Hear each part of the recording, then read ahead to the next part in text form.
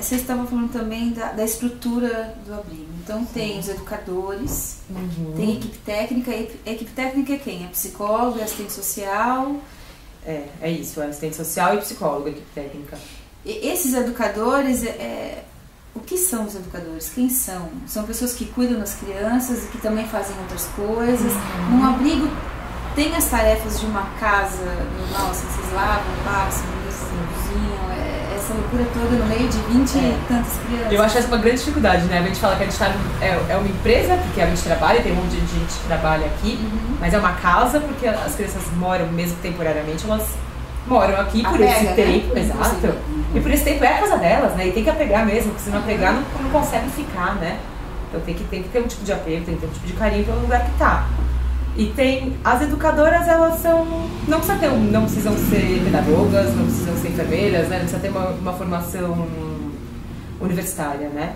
Eu acho que tem que ter uma vontade, um tato de trabalhar com criança e adolescente. E crianças e adolescentes que passaram por muito sofrimento, muitas marcas, então não são crianças, na maioria das vezes, crianças muito fáceis de lidar, né? São crianças marcadas, né? Muitas perdas. E o que é engraçado que assim, por mais que tem a equipe técnica que cuida de uma parte, tem as educadoras que cuidam de outra, tem a coordenação que cuida de outra, mas eu costumo falar que todos nós somos educadores, né? Porque nós estamos com eles aqui no dia a dia, né? Cada um com a sua função específica, e muitas vezes eu e a Vitória vira educador em cima, né? Que às vezes, é que a Vitória falou assim, não são crianças muito fáceis de lidar, porque tem toda uma história e às vezes elas não conseguem e perdem esse suporte pra gente, mas as educadoras, elas são a linha de frente, assim, sem, né, elas, é o dia a dia, né? Elas que levam pra escola, elas que levam pra hospital, elas que dão banho, elas que vão à reunião de escola, elas que trocam, lavam, passam, ajudam a educar, né? E não é à toa que todas sentem quando tem uma criança que vai embora, né? Porque é difícil falar que não se apegar, né? Que não tem como não se apegar, mas elas estão aí para cumprir a função que ainda não são garantidos para elas lá na casa delas, né? Os direitos básicos que a gente vem falando. Então é um papel fundamental, assim, dentro de um abrigo, é essa função que as educadoras têm, e muitas vezes a criança se sente até mais à vontade se abrindo com uma das educadoras do que pra gente. Tem coisa que as educadoras vêm contar pra gente que a gente não sabe. E às vezes tem coisas que ela acham relevantes, porque a criança também conta pra ela confiando. Né? Faz um vínculo. Claro que tem coisas que são muito, assim, que olha, e elas falam, olha, desculpa, mas isso eu vou ter que passar pra equipe pra ver como que elas vão trabalhar isso. Mas tem coisas que ela não conta, porque assim, a criança confiou, aí chega lá e contou, né? E aí teve a quebra do vínculo, a quebra da confiança, né?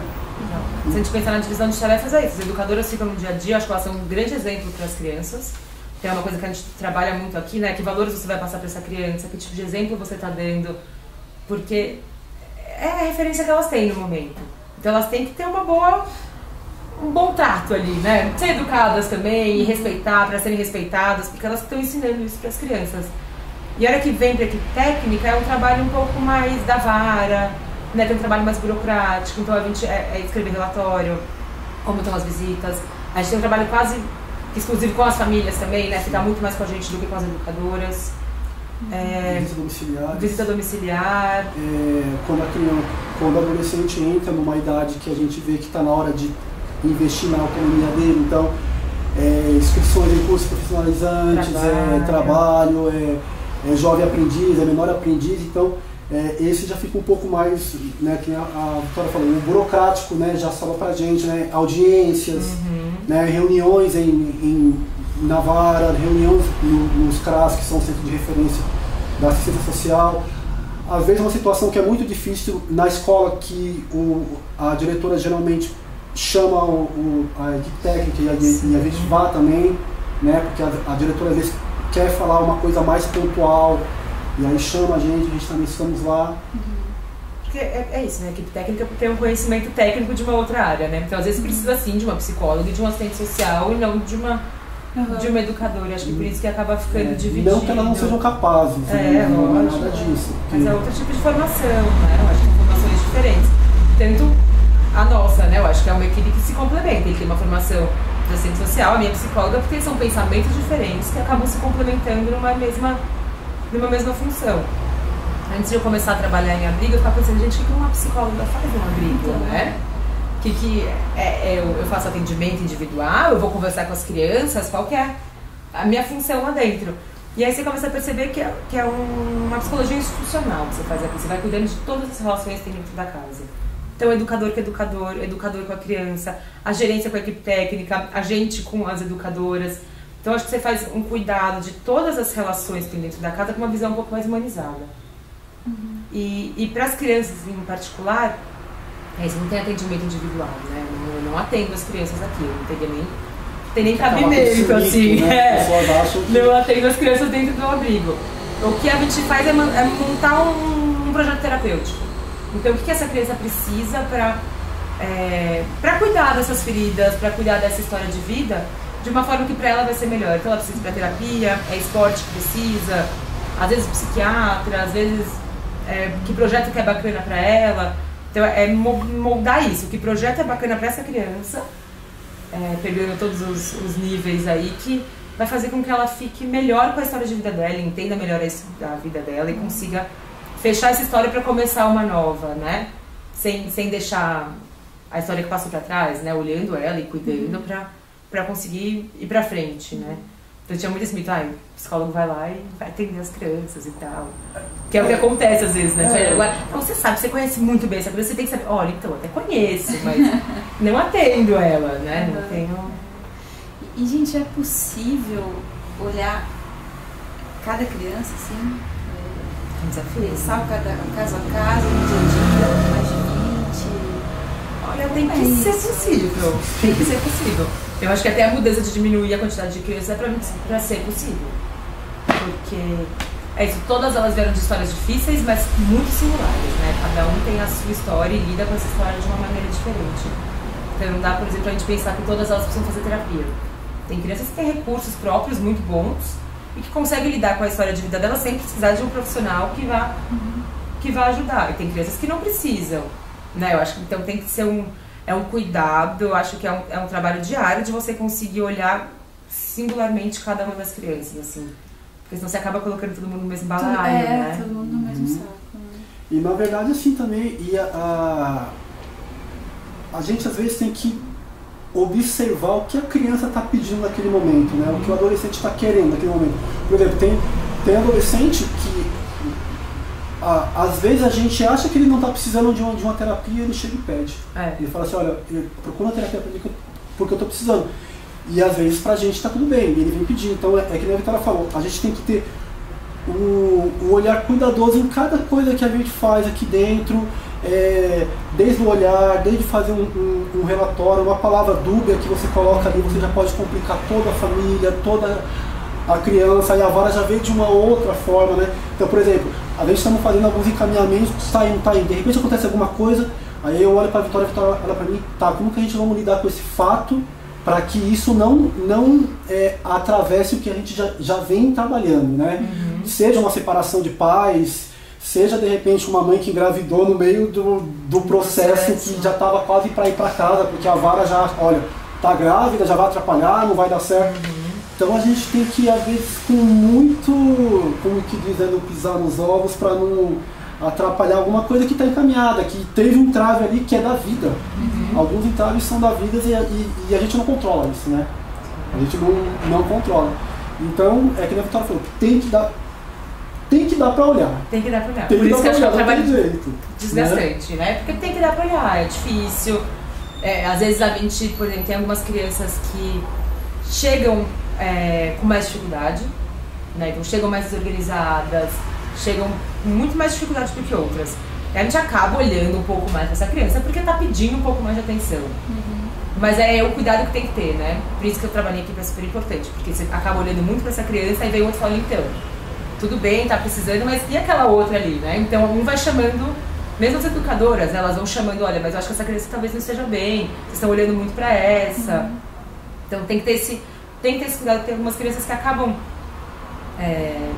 não é nem precisando mais, mas estão muito desorganizadas e aí acabam chamando mais atenção mesmo para isso, né? Demanda mais, né? E isso acontece com as famílias também, né? Às vezes a gente avalia que tem famílias que estão muito bem, tem outras que precisa pegar na mão mesmo e ir.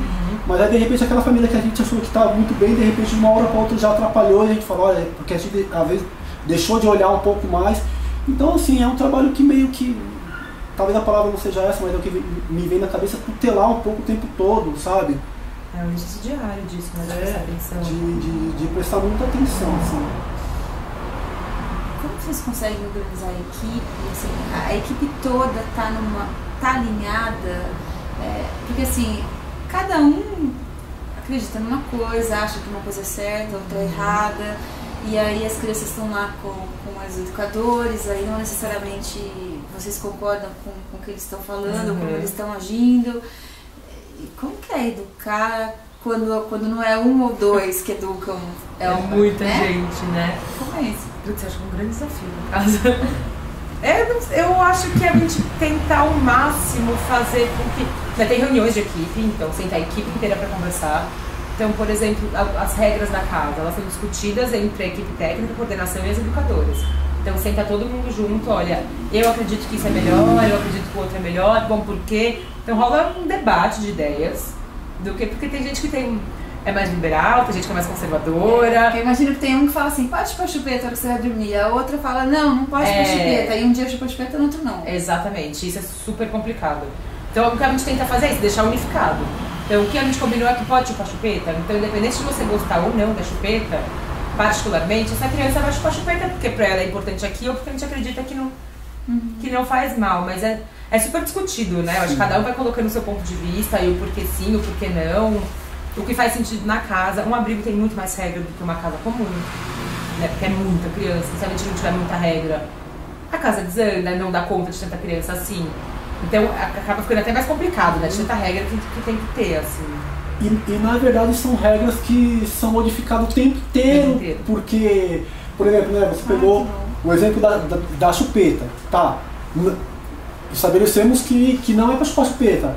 Só que teve uma noite que a criança tá, sei lá, um dia que ele estava necessitando da chupeta e a chupeta foi liberada. Ou chegou uma criança que só dorme com a chupeta, ou em algum momento ela vai dormir com a chupeta. Exatamente. Então assim, são regras que são... A gente revê o tempo todo para não ficar sempre naquela coisa, sabe, que tem que ser ali, porque as crianças vão demandando, a dinâmica da casa vai demandando uma coisa, né? A gente às vezes, eu e a Vitória, muitas vezes a gente vai, um dia como hoje, por exemplo, Vitória, amanhã vamos fazer X coisa. E a gente chegou na casa, tem uma demanda que foi a maior e a gente fala, olha, então... Acho que a prioridade é agora. Então, é que nem as regras. As regras elas são repensadas o tempo inteiro pra gente estar... Desliga a televisão 9h30, não desliga a televisão 9h30, quem vai dormir primeiro, os de tal idade, sabe? Ele não tem mais 9 anos, agora ele tem 12, então ele pode ficar até o final da novela. Isso é que são coisas muito básicas, mas faz uma diferença enorme. E eu acho que é aí que tá olhando a singularidade. Acho que a gente repensa as regras, a gente tá olhando a singularidade das crianças. Porque senão... Tem uma regra, que é TV só até as 9. A criança tem 17 anos, a criança não é nem mais criança, né? O adolescente tem 17 anos, e você vai ter que dormir às 9 da noite, né? Não tem nem cabimento isso. Então não dá pra ter uma coisa fixa, é sempre móvel, né? E é uma discussão constante. Acho que toda reunião de equipe que a gente discute regra. Pelo menos alguma. Agora é o celular. Então, que faz o que com os celulares?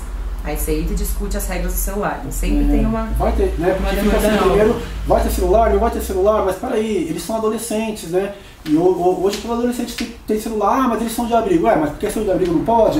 Então, tipo assim, sabe, é muito louco, porque como você falou, administrar tudo isso, são várias cabeças pensando ao mesmo tempo, são várias cabeças achando que é melhor para a criança, que é melhor para o adolescente. E a gente sempre tenta entrar no consenso. E de repente, eu discordo, mas era para você estar na reunião. Se você não estava na reunião, você perdeu. E eu acho que tem um exercício de você não colocar a sua opinião pessoal. Exatamente. Né? Que eu acho isso muito complicado, mas de você tirar, né, a sua opinião, da sua pessoalidade ali da coisa, mas tem que tirar, porque às vezes, por exemplo, a pessoa nunca gostou de chupeta, acha chupeta horroroso, porque é quente e tal, não sei o quê.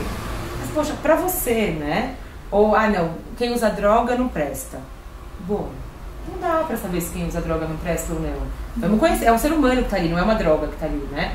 Então é um esforço de tirar os preconceitos, tirar essa moral que vem de outros lugares, que você pode ter ela quando você sai do abrigo. Quando você tá dentro do abrigo, você tem que ampliar os horizontes, né? Quando você tá fora na sua casa, pô, aí você tem a moral, o preconceito, os costumes que você achar que lhe cabe, né? Mas eu acho que dentro da casa, lidando com criança, com a educação dessas crianças, é algo que tem que ser uma mente um pouco mais aberta, né? Tem que ser mais maleável para as coisas que vêm.